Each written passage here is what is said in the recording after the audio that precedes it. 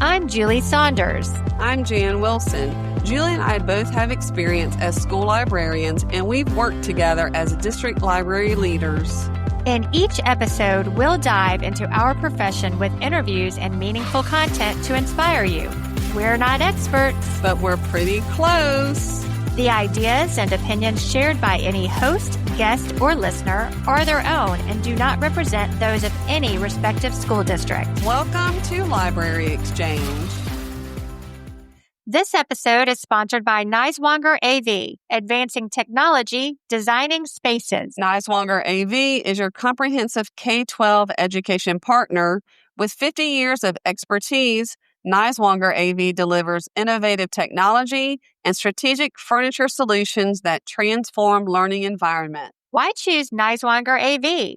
Cutting-edge AV technology, intelligent furniture design, a consultant-driven approach, and family-owned commitment to excellence. Advancing technology and learning spaces with old-fashioned personal service, because your library deserves more. Hi, Jan. Hey, Julie. So listeners, are we walking with you right now? Are we jogging? Because if we're jogging, my knees are going to hurt tomorrow. Maybe we're joining you in the car for errands, but wherever you are, thank you for tuning in. Well, maybe they're driving somewhere fun for vacation. I love thinking about vacation. Me too. Today, we are going to take a trip of sorts to Colorado Springs. Our guest is school librarian Jennifer Mathews from the Colorado School for the Deaf and Blind. Jennifer is a 2025 School Librarian of the Year finalist from School Library Journal, and I came across her article in that publication and immediately thought, we gotta have her as a guest. So welcome to Library Exchange, Jennifer. Hello. Thank you for having me. Before we get started, can you tell us about the Colorado School for the Deaf and Blind, including number of students, staff, demographics, or any other details that might provide our listeners with some context? Okay, sure. Overall, our school is a pretty small school. We probably have maybe 225 students total. Our campus is made up of, we have the School for the Blind, the School for the Deaf, we have preschool, and we also have our BTL program, which is a Bridges to Life, which is for our students that have graduated high school and gives them the opportunity to help transition and get more job experience before they get out on their own. That's the meat of the campus, though we have all sorts of special services as well that are on there: OT, speech, O&M services, PT, just a bunch of other things to help our students meet their needs, as well as outreach and communications on campus. The blind school has about 65 students, and the deaf school is larger. We have a huge staff. Our staff outnumbers our students overall because our classes and groups are very small groups, maybe 10 students in a class at most, sometimes 3. And we want to give more of that one-on-one attention staff-wise, but probably about 160 to 170 staff. So pretty large staff. Yes. So communication is a key part of library services. Given the unique needs of your students, how do you adapt your communication methods to have meaningful interactions and to provide support for them? No, it depends on my students' needs when they come in. Majority, we have blind students and deaf students, but they're range across the board. They're not all fully blind or all fully deaf. Some have some sight and some hearing. We have some students that are considered deaf and blind. So it's just as they come in the door individually, meeting them where they need. When I was planning my library, one of the biggest things was planning the layout so that, especially for our blind students, a lot of times in libraries, you change stuff around and make it more interesting and put up these different displays.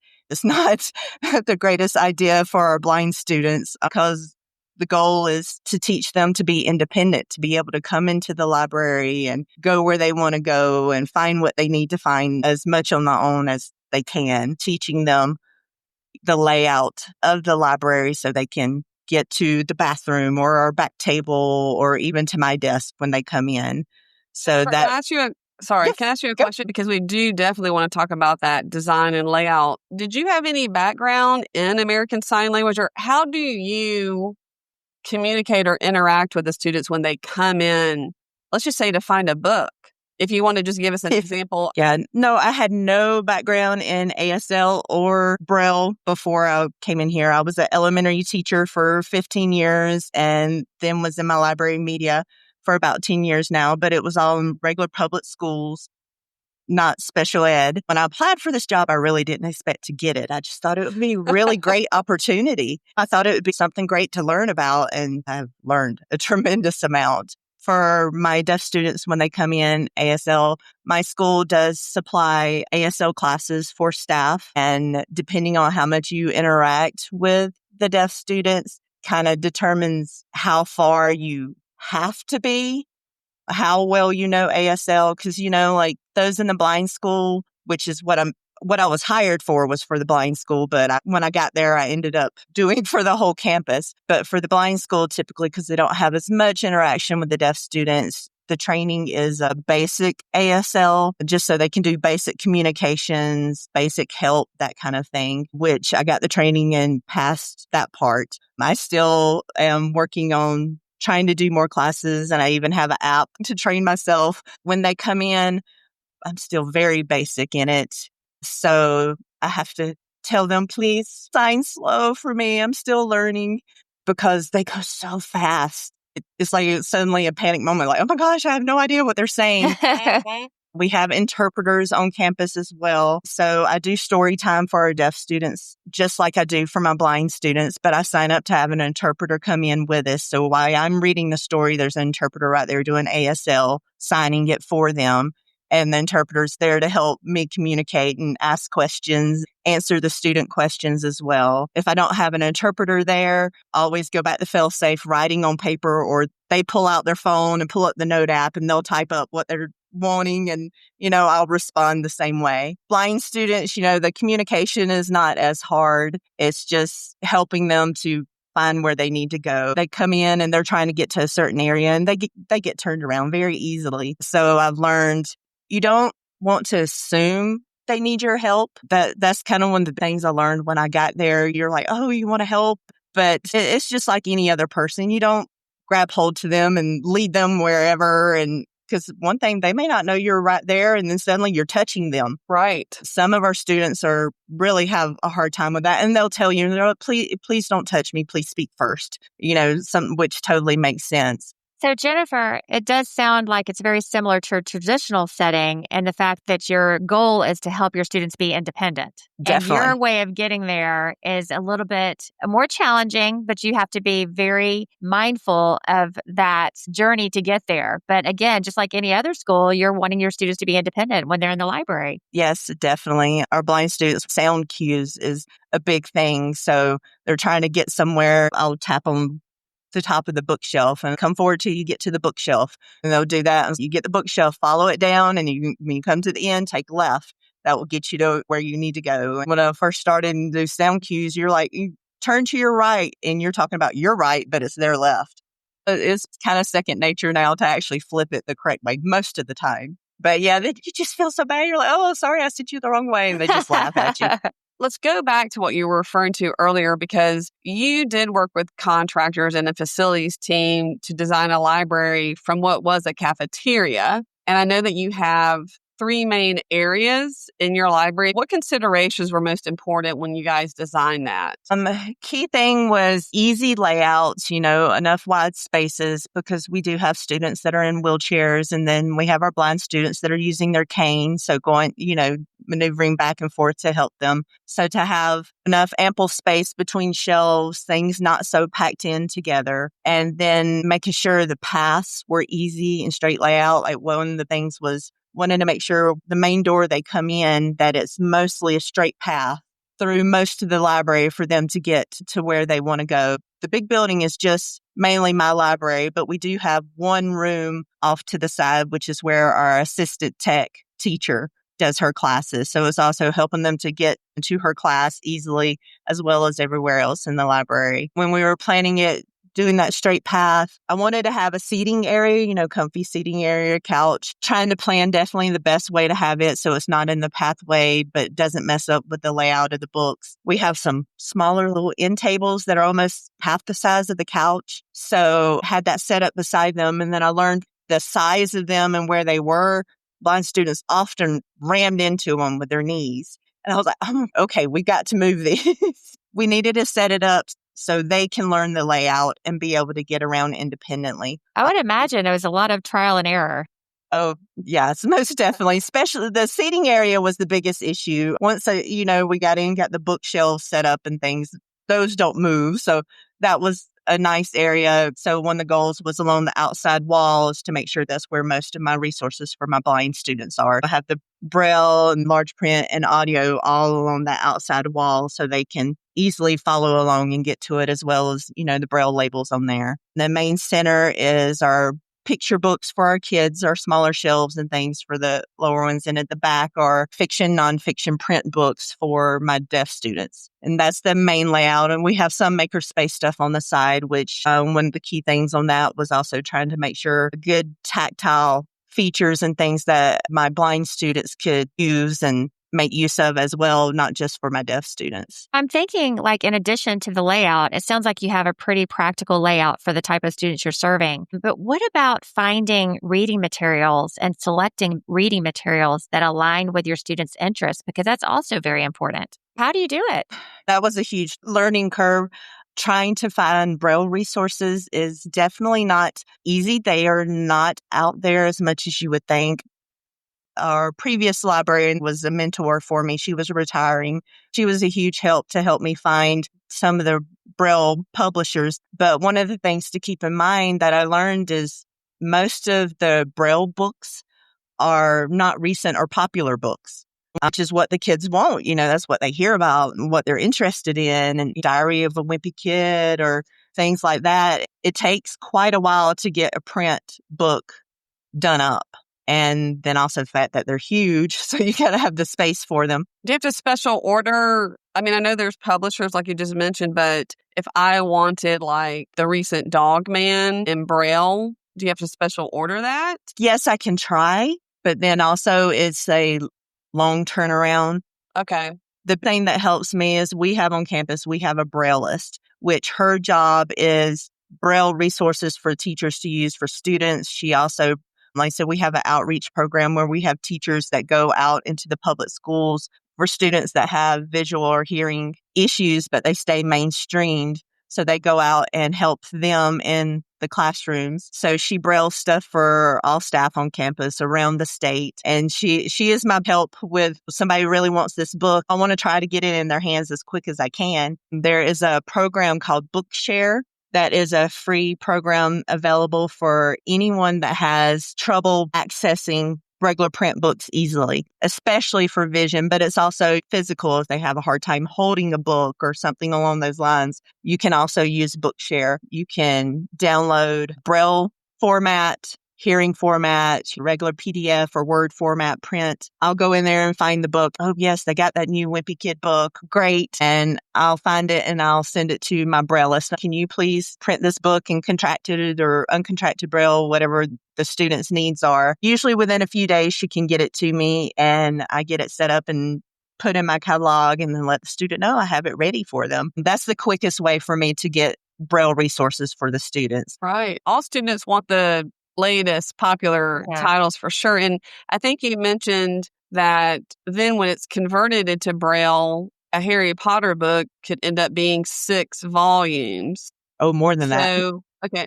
Yeah. And so but when I sit and listen to you, I think about shelf space means something completely different. But since you touched on it, what are your thoughts on graphic novels in context of your library's collection? I've been building it up since I got there, and I'm like a regular library currently as far as our print resources. I have all sorts available, but I've learned that the graphic novels are not just most popular, but the most useful for my deaf students because English is not their first language. ASL is. That's so interesting to hear that. Say that again. English is not their first language. ASL is, which is a very visual language. You know, English is not easy to learn in the first place, even if it is your first language. Regular big print book, chapter book full of English is more of a struggle for them. Graphic novels, they're more visual, just like ASL is. It has the shorter text, which is quicker and easier for them to access. Also, considering that ASL does not have the exact grammatical format as English. The graphic novel gives them that visual and concrete language that they can use. I actually have decided just recently this year that I'm going to work on kind of weeding out my regular great big print chapter books, not completely, but shorten the collection a great deal so I can focus and have more room for graphic novels. So I interesting. can actually have what they want and is most useful for them. Great. So I know that when you first became the librarian here, you had quite a task with having to catalog over 9,000 titles. Of course, you have mentioned that helped you become familiar with the collection, but how did you approach this and how long did it take you to complete? Well, when I was hired, I was originally hired for the School of the Blind, and they had a small library that had to be turned into a complex needs classroom. So the library was harder to access for students because the teacher was having class in there at the time. Oh, they actually now wanted me to be the librarian for the whole campus for both schools. So I had to combine the collection together into our new building. Our collection was actually quite old overall. Our average age was 1996, which, that's a while now. I remember I pulled a book that was copyright 1951 off the shelf. Since it was so old and we were moving into a new building and we got a brand new library cataloging program, I made the decision to, instead of just electronically uploading the whole collection, that I was going to put each one in by hand myself because I didn't want to add in all these old books that I wasn't going to keep, that weren't going to be useful. Then it definitely let me get to know our collection. I knew what we had and were able to see what was there. So went through that process of weeding. That's also when I learned that there were contracted and uncontracted Braille books. And at the time I was like, what is this? I don't know. What does contracted and uncontracted mean? And how can I tell which one is which in these books? And it took about half a year, about 6 months or so. January of that year, I was finally able to let our students start coming in and checking out stuff. I wasn't completely done, but it was mostly so I could put the books in their hands. So it was a long learning experience, but it was extremely useful. Oh, I can imagine. And you want to offer them high quality, high interest books, not just to say, hey, we have 9,000 books. So Jennifer, just listening to you, you became a student yourself when you accepted this position. Most definitely. Yeah. And, even as a librarian, it's just like our students and supporting our students. It's come with challenges and rewards. And you've touched on a couple of things. But what professional and personal lessons have you learned from working with your students at this school? Focusing on just maybe what I've learned from the students themselves instead of just, my learning Braille and learning ASL. The most important thing to me, I think I've learned is really just how amazing my students are. I mean, they have such huge challenges. Overall, they're just so happy, and how these kids treat each other to me was amazing. We have award days and every single one of the kids are cheering for each other. If somebody, if they're walking, one of our blind students, and they trip, they're all, you're okay, you got this, you're fine. No matter what, they're always supporting each other. If they're upset over something, they're like, oh, what's the matter? How can I help? Well, you can do better. You can fix this. We can work it out. And they just cheer each other on so much. Like I said, they're always happy. It sounds like a positive environment, which school and our jobs can sometimes not be positive, but when the people are. Yes, definitely. And I mean, obviously, they're kids. They're not perfect. They still have their issues with each other. Overall, it's so great to see them so supportive of each other. And that's been the biggest thing, is just learning from these kids. So I do have a little bit of a bonus question. So in addition to the academics, I know there are some athletic teams that your students can participate in. And one of those is called goal ball. Would you share a little bit about what that is? Certainly. Goalball is really the main sport we have on campus for our blind students. We have all sorts on campus. We have Special Olympics bowling as well. Typically, the majority of them our deaf students can do. Goalball is for our blind students. And I kind of describe it as almost a cross between, I guess, kind of easy saying a form of soccer / volleyball. It's done on, a gym court floor, basketball court floor. And each end, it is set up. There's a soccer ball nets at the end of each one. And there's typically 3 students from each team set up in front of each one. And they're on their knees. We have tactile tape that's down there to help them find their place. And all the students are blindfolded. They have goggles that are completely blacked out. And the point of that is because we have some students that do have some vision and some students that don't have any vision. So this makes it completely fair. Levels the playing field. Nobody can see at all. And the goal is they have a ball that has like a bell in it. And so their goal is to throw the ball to the other end of the court and try to get it into the net to score. And they do this and follow the ball by listening to the jingling of the ball.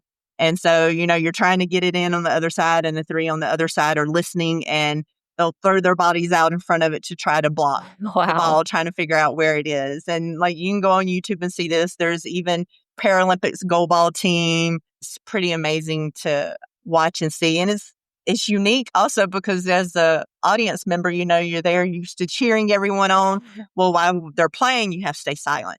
Right. So they can hear the balls. So fascinating to me. I mean, so I learned about that from you when we did our pre-interview. And that's what I love about having discussions with librarians, because you never know what you're going to learn about. And I mean, Jennifer, I want to close out by saying, number one, what a challenge for you. You accepted this position, and I admire you for that. And thank you for sharing your time and insights with us. Your dedication to your students and your library is truly inspiring, and that's what we aim to do with this podcast. Absolutely. It's just so clear that your work makes such a meaningful difference in the lives of students. We're just grateful to have had the opportunity to learn more about your experience today. Thank you. Thank you for being interested. I really enjoy the chance of being able to let other people know about these kids and what they can do and their needs. And it's just amazing. Well, hopefully we will have some people ask us how they can help you. And so maybe we'll say you would love some graphic novels sent your way. Yeah. Yes, definitely. It's time to grow that collection. That'd be fabulous. Yeah. Well, thanks again for your time. Thank you, ladies. I appreciate it. We exchanged ideas. Now it's time for the recap. I am blown away by the unique situation that Jennifer describes and her approach to providing library programming. Although it's unique, the most important common theme that you will see in a traditional versus specialized school library is the goal of developing independence. The mission of any school librarian is to provide opportunities where students can find reading materials that are interesting and meaningful to them. I'm so impressed and in awe. The fact that she not only applied for, but accepted this position speaks volumes about her character. And like most school librarians, Jennifer is the definition of a lifelong learner herself. She's curious, committed, and unafraid to step outside her comfort zone. If you've ever had to explain the value of school librarians to someone who just doesn't get it, this is the episode to share. Jennifer's proof of how librarians are so much more than book curators. They're educators, advocates, and champions for student growth. Ooh, I love that. Thank you for sharing that. Yeah. So Jennifer provides many of the same things that a traditional school librarian provides, but she has to think through some extra steps with communication and with implementation. So, for instance, securing interpreters for story time with students whose language is primarily American Sign Language, or going great lengths to find trendy or relevant fiction that's available in Braille. Then making sure that the large number of volumes transcribed from regular fiction novels are able to fit in the designated areas for books in Braille. Just think about all she has to think about when she approaches material selection, because she has to collaborate with specialized publishers or they have a local braille list to ensure that the materials are accessible if she would like them. And like you just spoke about, when it comes to communication, she doesn't let barriers stand in her way. She's actively learning American Sign Language. Her attitude is simple but powerful to me. No excuses, just a willingness to learn and grow. So I also think about how other school librarians are redesigning spaces to be mobile and changeable for any instructional event or activity. While in Jennifer's school library, that is the opposite goal of supporting student learning. These students need to have an easy layout that is consistent with very few changes so that they can maximize their instructional time when visiting the library. I was fortunate to work at a school where a new building was adding space for a new library.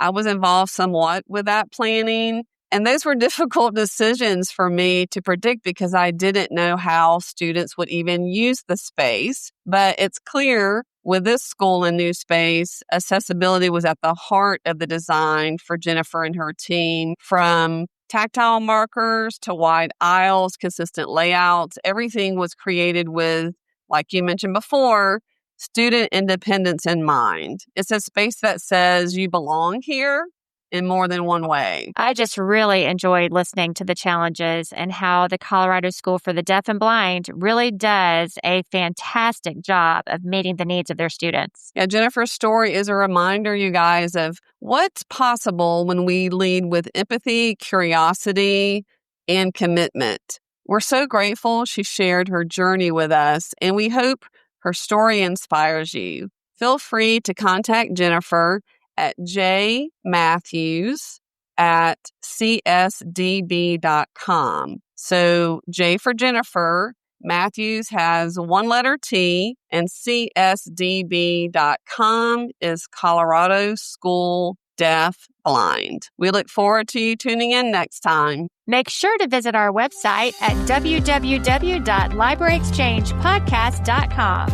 You'll find episode notes and links. You can even submit your questions or inspiring stories that may be featured on the podcast. If you're looking for some swag for your library or book-loving friends, visit libraryexchange.etsy.com. That's a lot of URLs, so I'm glad you had to say all of that, Julie. Thanks for joining us.